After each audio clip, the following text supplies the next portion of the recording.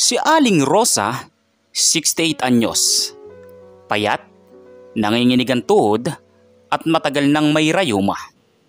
Ay pilit pang bumabangon araw-araw para pagsilbihan ng tatlo niyang anak na sina Patrick, Jaymar at Pedong. Si Patrick ang panganay. Malaki ang katawan pero maliit ang respeto sa magulang. Si Jaymar naman palaging nakatungo sa cellphone. Walang pakialam kahit mabulok ang paligid.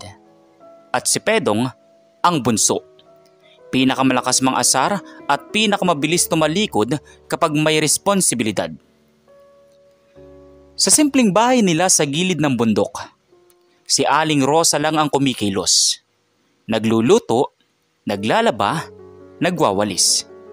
Habang ang tatlo, nag-aaway pa kung sino ang unang kakain. Wala man lang pasasalamat sa ina. Sa mga araw na pagod si Aling Rosa, naglalakad ng halos 1 kilometro para lang makakuha ng malinis na tubig. Ay wala kahit isa sa kanila ang marunong tumulong man lang. "Ma, bilisan mo naman! Gutom na kami!" Sigaw ni Patrick bawat umaga. "Oo nga ma, ang bagal mo. Para kang robot na luma." Dagdag ni Jaymar habang nakatutok pa rin sa cellphone. "Ako nga, dapat hindi ka na dito nakatira. Pabigat ka lang." Sabat naman ni Pedong sabay tawa. Sa bawat salita nila, parang tinutusok ang puso ni Aling Rosa. Pero nananatili siyang tahimik. Sa isip niya, anak ko yan. Baka nagbibiro. Baka pagod lang. Pero araw-araw, paulit-ulit, mas lumalalim ang sakit. Hanggang dumating ang araw na hindi niya inaasahan. Isang hapon, matapos mag-igib si Aling Rosa, tinawag siya ng mga anak papunta sa likod ng bundok. Sabi nila, may papakita raw silang bagong shortcut papunta sa bayan. Kahit pagod na pagod, sinundan niya sila. Ang daan ay paakyat, matarik, mabato, ngunit hindi siya nagreklamo. "Patrick, Jaymar, Pedong, bakit dito tayo?" Tanong niya nang marating nila ang gilid ng isang bangin na halos 50 metro ang lalim. Ngunit walang ni isang sumagot. Nagtinginan ng magkakapatid. May malamig na katahimikan. Hindi ito biro. Hindi ito laro. Ramdam ni Aling Rosa na may masama silang balak sa kanya. Lumapit si Patrick sa kanya. "Ma, pasensya na. Pero tama na. Hindi ka na namin kayang alagaan. Pabigat ka." "Nagkakasakit ka na palagi." Dagdag pa ni Jaymar. "Magastos ka." "At mas okay na tapusin na natin ito." Malamig na sabi ni Pedong. Nanlamig ang buong katawan ni Aling Rosa. Anong ibig niyong sabihin?" Nanginginig niyang tanong. Pero bago pa siya makaatras, sabay-sabay siyang siningit ng 3 anak. Isang malakas na tulak, isang iglap, isang sigaw. "Ah!" At nahulog siya. Habang lumulubog ang katawan niya sa hangin, ang tanging nasa isip niya. "Paano nagawa ng mga anak ko ito?" Pero walang luha ang lumabas dahil sa tindi ng pagkabigla. Ang yakap ng hangin ay parang paalam. Pero sa kabutihang palad, hindi siya bumagsak sa mismong bangin. Sa ibaba ay may makapal na halaman, mga ugat at sanga na sumalo sa katawan niya. Masakit ang bawat galaw, pero buhay siya. "Diyos ka! Salamat po!" Mahina niyang bulong, halos hindi makahinga. Pagtingala niya, wala na ang 3 anak. Umalis na sila. Akala'y patay na ang kanilang ina. Gumapang si Aling Rosa at halos hindi makatayo. Ang kanang binti niya ay halos hindi maigalaw. 1 kilometro ang layo mula sa kalsada at walang taong dumadaan doon. Ngunit pinilit niya pa ring bumangon. Pilit tinahatak ang sarili palayo sa bangin. 1 orasan, 2 oras, 3 oras. Halos gumapang siya pabalik sa daan. Nang akala niyang katapusan na, isang itim na SUV ang tumigil sa harap niya. Bumukas ang pinto at isang lalaki ang lumabas. Malinis ang suot, halatang mayaman pero mababasa sa muka ang pag-aalala. "Ma'am, anong nangyari sa inyo?" tanong ng lalaki. Hindi nakasagot si Aling Rosa dahil nawalan siya ng malay ng mga oras na iyon. Nang magising siya, nasa isang malaking kuwarto na siya. Malinis, malamig, maaliwalas, hindi iyon ospital, kundi isang mansyon. At sa gilid ng kama, nandoon ang lalaking tumulong sa kanya. "Ako nga po pala si Mr. Salvador, pero mas tinatawag nila akong Don Ramon. Akong may-ari ng lupang pinagtapunan sa inyo," sabi niya. "Huwag kang matakot. Dinala kita rito para gamutin." Dahil doon ay napaluwa si Aling Rosa. Bakit? Bakit mo ako tinulungan?" Ngumiti si Don Ramon sa kanya. "Dahil nakita kitang lumalaban para mabuhay. At dahil walang taong karapat-dapat mamatay nang dahil lang pabigat daw sila." Iyon ang unang pagkakataon sa matagal na panahon na may nagsabing may halaga pa siya. May pamilya ka pa ba?" tanong ng bilyonaryo. Mabagal na tumango si Aling Rosa. "Meron, pero hindi na ako importante sa kanila." Muling nagsalita si Don Ramon. "Kung papayag ka, tutulungan kitang bumangon, hindi bilang utusan, hindi bilang kawawa, kundi bilang tao." At doon nagsimula ang pagbabago. Sa loob ng ilang buwan, ginamot ang sugat niya. Binigyan siya ng nutritionist, physical therapist at sariling kwarto sa mansyon. Pinakain ng masustansya. Binilhan ng bagong damit. Inalagaan na parang tunay na magulang. At habang lumalakas siya, tumitibay din ang loob niya. Hindi na siya yung nanay na uugod-ugod at tahimik. Hindi na siya yung papanhik-panhik na babae na walang nagmamahal. Sa tulong ni Don Ramon, unti-unti niyang natutunan ang magbigay halaga sa sarili. At isang gabi, habang nakaupo sila sa terrace ng mansyon, nagtanong si Don Ramon, "Rosa, kung bibigyan ka ng pagkakataon na bumalik, hindi para magiganti, kundi para ipakita sa kanila kung sino ka ngayon, gusto mo ba?" Dahil doon ay tahimik si Rosa, nakatitig sa buwan. Nang huminga siya ng malalim, isang salita lang ang lumabas sa kanya. "Gusto ko, pero hindi para manakit. Gusto kong ipakita kung gaano nila ako sinayang." Ngunit sa puso niya, may kaunting apoy na hindi maitatanggi. Isang apoy na galing sa pag-iwan, pananakit at pagtatangka sa buhay niya. Isang apoy na darating ang araw, may sasagot. At iyon ang simula ng kanyang pagbabalik. Pagkaraan ng ilang linggo, lumakas ng gusto si Aling Rosa.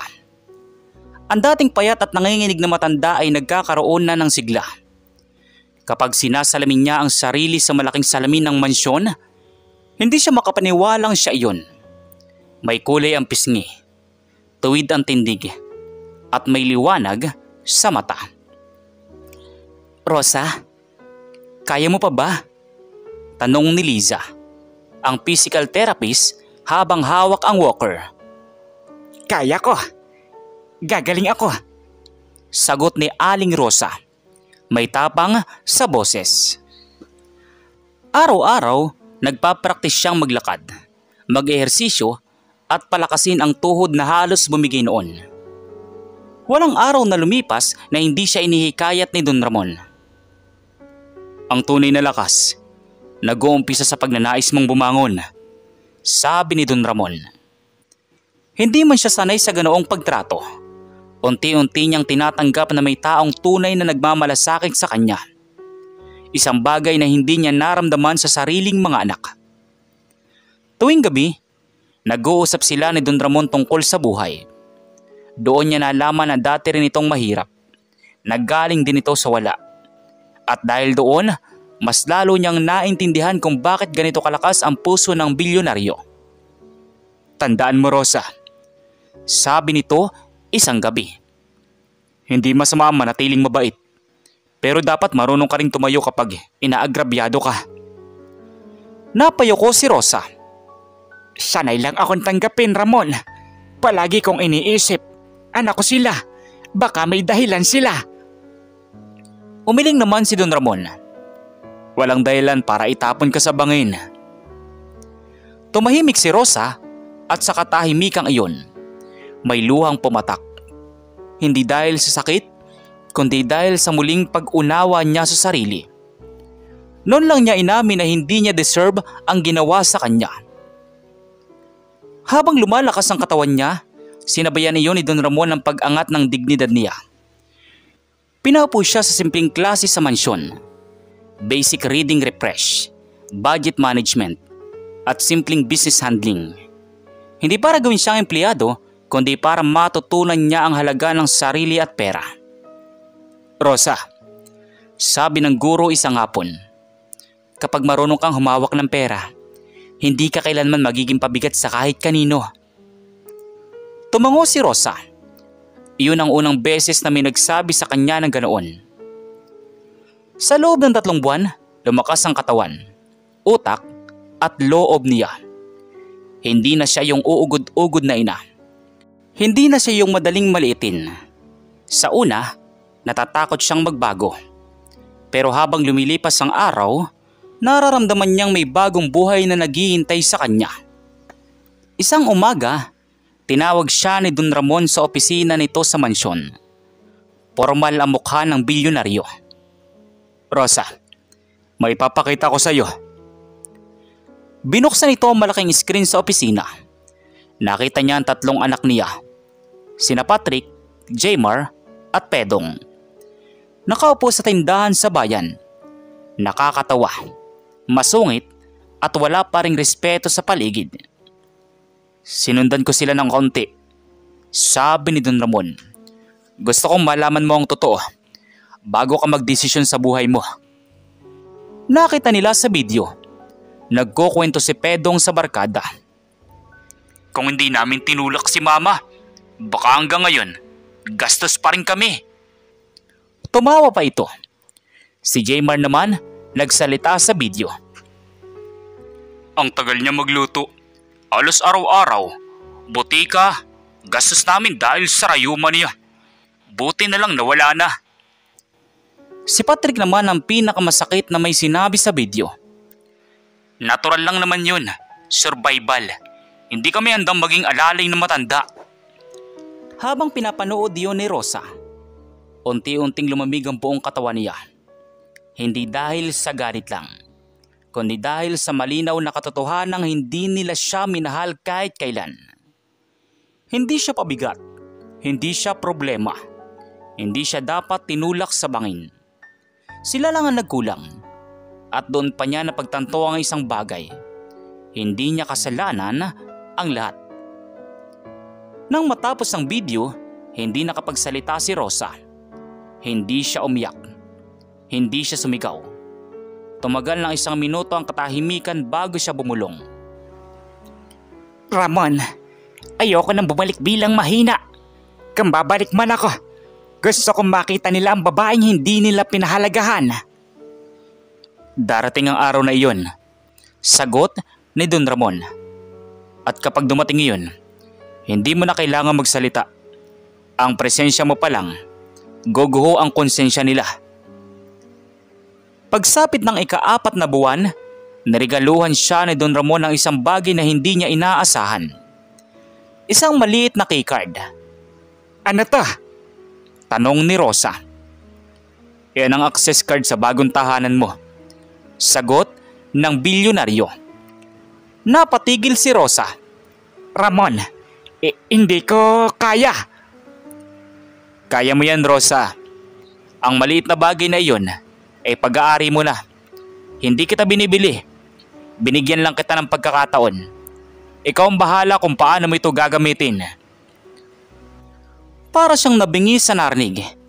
Isang tahanan. Isang lugar na hindi niya kailanman nakuha noong nasa poder ng mga anak niya. Isang tahanan na hindi pag-aari ng kahit sino, kundi siya. Maraming salamat. Iyon lang ang nasabi niya, pero ramdam na ramdam ang bigat. Ngunit hindi pa doon nagtapos. Rosa, patuloy ni Don Ramon. Kapag handa ka na, pwede ka nang bumalik kung gusto mo. Hindi bilang kawawa, kundi bilang isang taong hindi na nila kayang apakapakan. Tumango si Rosa, ngunit hindi pa handa. May kulang pa. May kailangan pa siyang tapusin. Hindi pagiganti, kundi paghanda.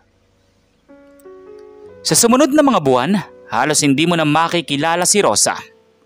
Tuwid ang likod, matatag ang akbang, malinis ang pananamit. At higit sa lahat, may apoy sa mata. Natutunan niya ang basic self-defense. Hindi para makipaglaban, kundi para hindi matakot. Tinuruan siya ni Don Ramon kung paano humawak ng simpleng negosyo. Isang maliit na sari-sari store na sa kanya rin nakapangalan. At bawat gabing lumilipas, mas lumalakas ang panindigan niya. Hindi na ako ang inaping babae. Hindi na ako ang itinatapon. Ako ng babaeng babalik. Hindi para lumuhod, kundi para tumayo. Bulong ni Rosa sa kanyang sarili. Isang gabi, habang kumakain sila ni Don Ramon ng hapunan, nagsalita ang bilyonaryo.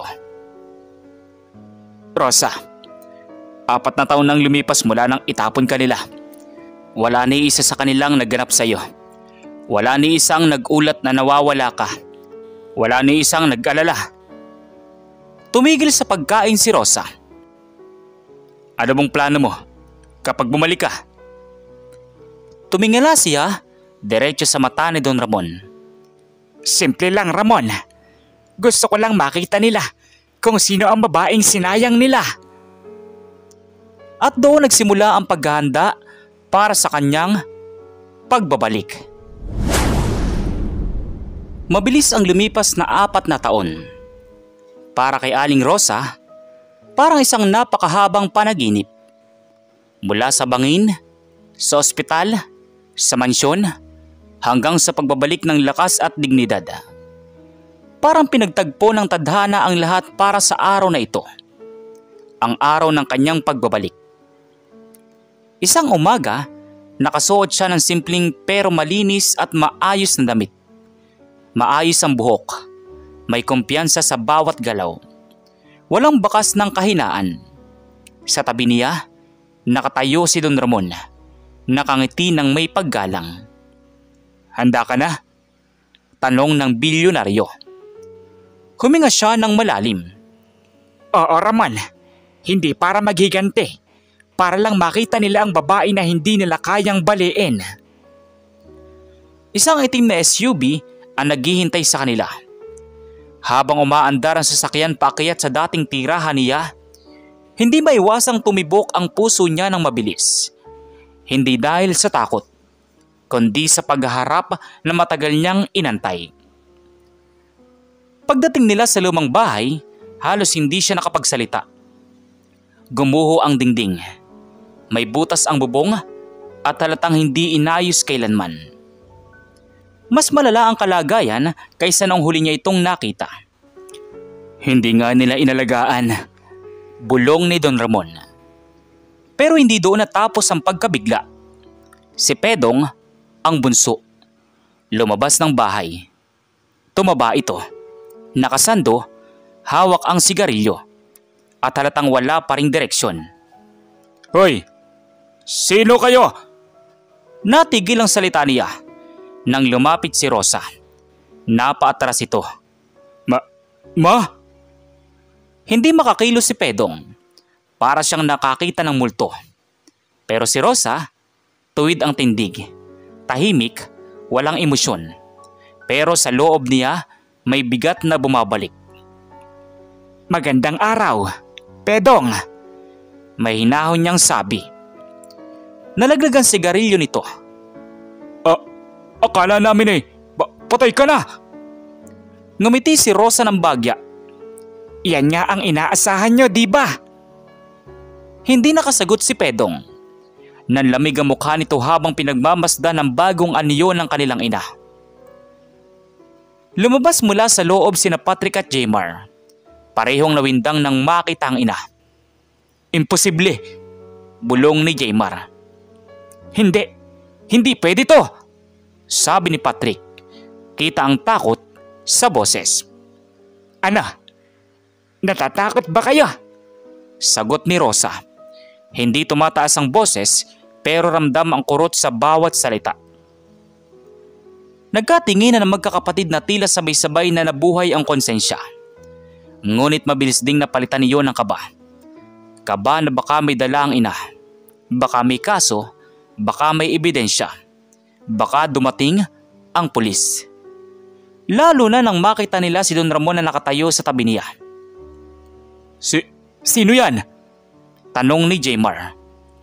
Kaibigan ko, sagot ni Rosa. At saksi sa lahat ng pinagdaanan ko. Mas lalong nanlumo ang tatlo. Kita sa mukha nila ang pagtakot na baka ipahuli sila. Bugal-bugal ang pawis ni Patrick, na dati siyang pinakamatigas ang ulo. Anong kailangan mo? Garalgal nitong tanong. Wala. Malamig ngunit pantay na sagot ni Rosa. Hindi ako bumalik para humingi ng kahit ano sa inyo. Tumahimik ang paligid. May ibong dumaan. May hangin na umihip. Pero wala ni isang anak ang nakapagsalita. Lahat sila ramdam ang pagbigat ng hangin sa paligid. Dahan-dahang naglakad si Rosa papasok sa bakuran. Pinagmamasdan ang pinabayaang tahanan. Ganito pala ang nangyari sa bahay natin, sabi niya. Walang nag-ayos, walang nag-alaga, walang nagbago. Walang ni isa sumugot sa tatlo. Pero alam nyo, hindi na ako nagtataka. Tumingin siya sa tatlong anak. Wala rin naman kayong inalagaan noon. Pati ako. Hindi ito salita ng galit. Ito ay katotohanan. Katotohanan na mas malakas kaysa sigaw. Ma, hindi mo na... Agad na sabat ni Patrick. Pero itinaas ni Rosa ang kamay. Huwag mo akong sabihan ng dahilan. Hindi ko na kailangan yan. Napayuko ang tatlo. Nagpatuloy si Rosa sa pagsasalita. Alam kong hindi ako perpektong ina. Pero hindi ko kayo sinaktan. Hindi ko kayo pinabayaan. Hindi ko kayo itinulak para mawala. Napasinghap ang tatlo. Tinamaan sa sinabi ni Aling Rosa. Pero kayo, ginawa niya sa akin ang hindi ko man lang inisip na gagawin kahit sa hayop. Ramdam ang paghingi ng tawad sa tingin ni Jmar. Pero hindi siya makapagsalita. Gusto niya bang malaman kung bakit ako bumalik? Tanong ni Rosa. Tahimik ang lahat. Para ipakita sa inyong tatlo na hindi ako yung babaeng iniwan niyo sa bangin. Hindi ako yung mahinang tinatawag ninyong pabigat noon. Tumindig si Rosa ng mas tuwid. Bumalik ako para ipakita sa inyo kung ano ang sinayang nyo. Sabi ni Rosa. Maya-maya ay nagbago ang tensyon. Mahina ngunit nanginginig na sabi ni Pedong. Patawad. Hindi kumilos si Rosa. Hindi ako bumalik para sa patawad niya. Kung ano man ang dala nyo, sabi ni Patrick. Pwede nating pag-usapan kung may kaso. Umiling naman si Rosa. Hindi ako magdidemanda. Hindi ko kayang gawin yon. Kahit deserving kayo. Nagulat ang lahat. Pati si Don Ramon. Paano kung gusto mong bumalik dito? Mahina at takot pa ring tanong ni Jmar. Hindi na. Diretso, walang pagdadalawang isip. May sarili na akong bahay. May sariling negosyo. May bagong buhay. At higit sa lahat, may respeto na akong hindi ko nakuha dito. Dahil doon ay nanigas ang tatlo. Hindi nila inaasahan iyon. Para silang binuhusan ng malamig na tubig. Lumakas ako. Hindi dahil sa inyo. Patuloy ni Rosa. Kundi dahil natuto ako sa ginawa nyo. Maya-maya pa, lumapit si Don Ramon at tumayo sa tabi niya. Ako si Don Ramon. Pakilala niya. Kung iniisip niyong may masama kaming balak sa inyo, wala. Tumingin ang tatlo sa kanya. Kinakabahan. Pero sasabihin ko sa inyo, dagdag pa ni Ramon. Ang ina niyong ito, isa sa pinakamalakas na taong nakilala ko. Hindi ko nga maintindihan kung bakit hindi niyo nakita iyon. Walang makatingin ng diretso kay Don Ramon. Hindi ko kayo kaaway, sabi ni Rosa. Pero hindi ko rin kayo responsibilidad. Para bang tumama ang salitang iyon sa puso ng tatlo. Kung gusto niyong magbago, hindi dahil nandito ako, kundi dahil alam niyo sa sarili niyo na mali ang ginawa niyo. Napatahimik ang lahat. Pero ako, dagdag pa niya, tapos na. Wala na kayong kailangang ibalik sa akin. Wala na kayong kailangan pang bayaran. Dahan-dahan siyang tumalikod. Pero bago siya sumakay ng SUV, humarap siya ulit. Ang mahalaga, nakita niyo na ang babaeng akala niyong mahina. Ang babaeng akala niyong wala ng halaga. Nakangiti siya. Hindi masaya. Hindi malungkot. Isang ngiti ng taong malaya. At ngayon, kayo ang bahalang mabuhay sa konsensya ninyo. Huling sabi ni Aling Rosa. Pagalis ng SUV, napatigil ang tatlo. Para silang nawalan ng hangin. Si Patrick, napaupo sa lupa. Si Jmar, napahawak sa ulo.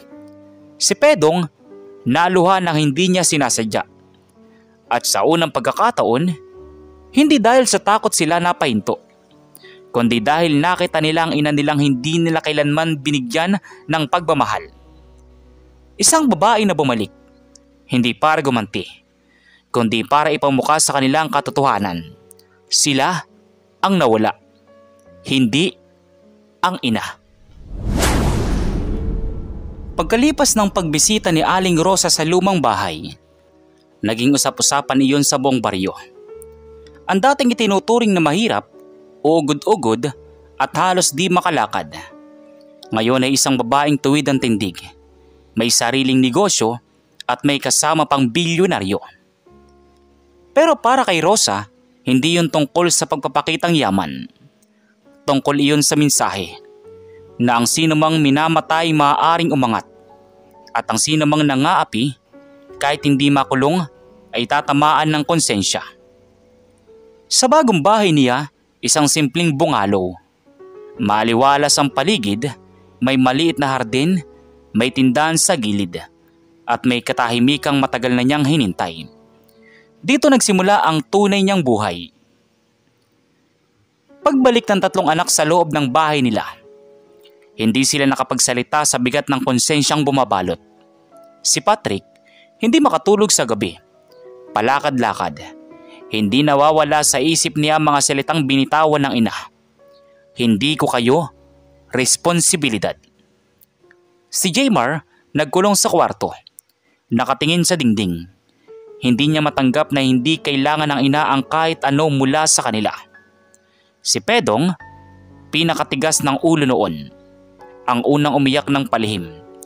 Sa dilim ng kwarto, paulit-ulit niyang sinabi sa sarili, bakit ko ginawa yun? Bakit? Hindi man sinabi ni Rosa, pero ramdam nilang tatlo. Hindi na sila bahagi ng buhay ng ina. At iyon ang pinakamasakit sa kanila. Samantala, naging maayos at tahimik ang araw-araw ni Rosa. Sa tindahan niya, maraming suki. Maraming bumibili hindi lang dahil sa produkto, kundi dahil gusto nilang makita at makausap ang babaeng bumangon mula sa pangapi. Mga ako sa inyo, Aling Rosa, sabi ng isa sa mga suki niya. Parang mas bata pa kayo ngayon. Napangiti naman siya. Hindi ako bumata. Natuto lang akong pahalagahan ng sarili ko. Minsan, dumalaw si Don Ramon. Hindi bilang tagapagtanggol, kundi bilang kaibigan. Kamusta ang tindahan mo? Tanong niya. Mabuti naman. Tahimik ang buhay. Sagot ni Rosa. Tahimik, pero masaya? Tanong ni Don Ramon. Nang higit pa sa inaakala ko. Wala ng drama, wala ng sakit, kundi kapayapaan na lamang. Samantala sa kabilang banda naman, isang linggo matapos ang pagbabalik niya.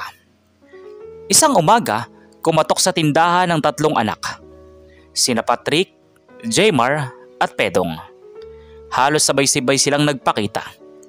At halatang ilang araw ng puyat at lutang. Nag-aalangan silang tumayo sa harap ng tindahan.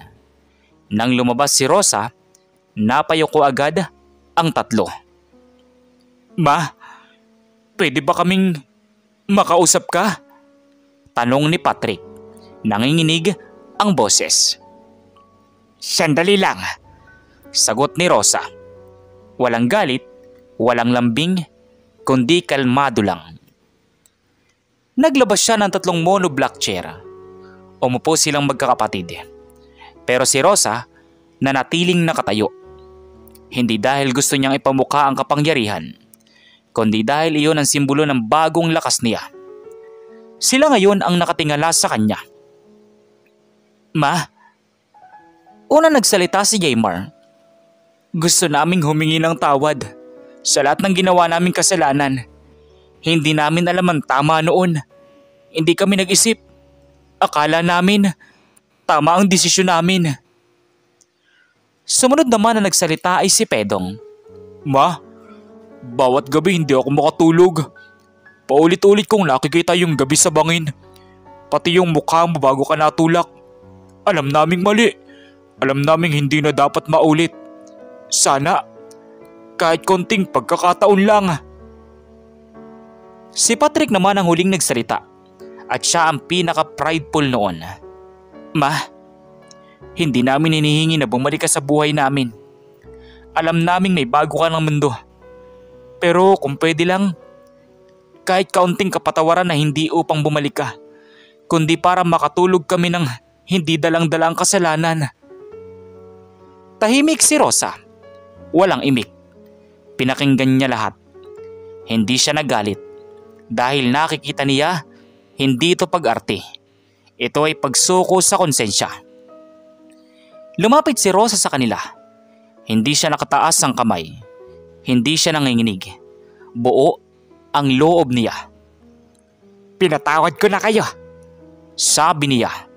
Diretso, malinaw, matapang. Nagulat ang 3. Halos sabay silang napatingala sa ina. Pero, dagdag niya, ang pagpapatawad, hindi ibig sabihin ay babalik ako sa dati. Hindi ibig sabihin ay pwede niyo akong kontrolin ulit. Hindi ibig sabihin na babalik ako sa bahay natin. Tumango ang 3 anak. Tinatanggap ang bawat salita. Pinatawad ko kayo. Ulit ni Rosa. Para makaalis na kayo sa bigat ng konsensya. Pero hindi para burahin ang katotohanan. Tumulo ang luha sa mata ni Patrick. Salamat, ma. Hindi ko kayo kailanman isinumpa. Sagot ni Rosa. Pero ngayong tumayo na kayo rito, hindi na ako ang hahabol sa inyo. Kayo ang hahabol sa pagbabago. Niyuko ng 3 ang ulo nila. Hindi bilang pagod, kundi bilang respeto.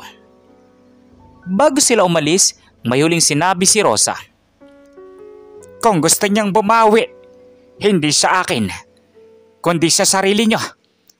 Ayusin niyo ang buhay niyo. Maging mabuti kayo sa ibang tao. At kapag nagawa niyo yon, doon niyo masasabi na talagang nagbago kayo. Wala nang idinagdag si Rosa. Bumalik siya sa loob ng bahay. Ang 3 naiwan sa upuan. umiiyak. Pero ang pag-iyak nila ay hindi na dahil sa takot. Ito ay ang pag-iyak ng pagbubukas ng bagong kabanata. Lumipas ang buwan, unti-unting nagbago ang tatlong anak. Si Patrick, nagganap ng trabaho bilang karpentero. Si Jaymar, tumulong sa kapitbahay sa tuwing may pangangailangan. Si Pedong, nagrehab at tumigil sa bisyo. Hindi sila bumalik kay Rosa. Hindi sila humingi ng kung ano. Basta tahimik nilang inayos ang buhay nila. Ayon sa sinabi ng ina. At si Rosa, tahimik na namuhay. Masaya, may kapayapaan, may tindahan, may kaibigan, at may dignidad. Isang araw, habang nakaupo siya sa hardin, dumating si Don Ramon. Rosa, kamusta ng puso mo? Tanong ni Don Ramon. Ngumiti naman si Rosa. Totoong ngiti. Magaan na. Wala na akong galit. Wala na akong bigat. At ang mga anak mo? Hinayaan ko na sila. Kailangan nilang matuto. At ngayon, alam kong kaya nila. Huminga ng malalim si Rosa. Salamat, Ramon. Dagdag niya. Hindi dahil iniligtas mo ako sa bangin, kundi dahil tinuruan mo akong bumangon. Ngumiti naman si Don Ramon. Hindi ko ginawa yun, Rosa. Ikaw ang bumangon sa sarili mo. At doon, nagsara ang kwento. Hindi bilang trahedya, hindi bilang pagiganti, kundi bilang isang kwento ng pagbabalik at pagbangon. Na minsan, ang pinakamalakas ay ang mga taong minsang sinaktan, ngunit nagdesisyong hindi manatiling durog. At ang tunay na ganti, hindi pagiganti, kundi ang pag-angat ng hindi na kailangan ng kahit anong salita. Ang kwento ni Aling Rosa ay isang matinding paalala sa kahalagahan ng respeto, pagmamahal at malasakit sa ating mga magulang. Ipinakita dito na kahit gaano pa natin kamahal ang ating pamilya, kapag nawala ng pagpapahalaga at respeto, maaari itong magdulot ng matinding sugat. Hindi lamang sa emosyon, kundi pati na rin sa physical at mental na kalagayan ng isang tao. Ang kanyang mga anak na sina Patrick, Jaymar at Pedong ay naging halimbawa ng kabataan na hindi natututo sa responsibilidad at tamang pagtrato sa kanilang magulang. At ang resulta ay kanilang pinagsisiyan sa uli. Sa kabilang banda, ipinakita rin ng kwento ang kahalagahan ng lakas ng loob at determinasyon. Si Aling Rosa, bagamat itinapon at sinaktan, ay hindi nagpatalo sa sitwasyon. Sa halip, pinili niyang bumangon, pagbutihin ang sarili at magpatuloy sa buhay ng may dignidad. Ang tulong ni Don Ramon ay nagsilbing inspirasyon at suporta. Ngunit ang tunay na lakas ay nagmula sa kanya. Ipinapaalala nito na sa bawat paghihirap at pang-aapi, may kakayahan ng tao na bumangon, magbago at magtagumpay kung may determinasyon at tamang mindset. Ang kwento ay nagpapakita rin ng konsepto ng hustisya at konsensya. Hindi kailangan gumanti si Aling Rosa, sapagkat ang tunay na hustisya ay ang pagpapakita ng sariling halaga at dignidad. Ang tatlong anak na natutunan ng kanilang pagkakamali at nagsimulang humarap sa kanilang sariling konsensya, sa uli, ang tunay na ganti ay hindi puot o galit, kundi ang kapayapaan ng loob at pagiging mas matatag bilang tao. Ang aral ng kwento ay malinaw, na kahit gaano man kabigat ang pagtrato sa atin, may pagkakataon tayong bumangon, magpatawad at ipakita ang ating sariling lakas. Ang dignidad, determinasyon at integridad ay mas makapangyarihan kaysa sa anumang paghiganti. Kayo, ano pong masasabi nyo sa kwento natin ngayong araw? At kung ano mga aral po ang mga natutunan ninyo? Maaari nyo po bang i-comment dun sa baba dun sa comment section para muli ko pong mabasa? So once again, inuulit ko pong muli. Ako po si Tamoxki TV. Kita-kita po tayong muli sa mga susunod pa nating maraming mga video. Thank you and God bless you all. Peace out.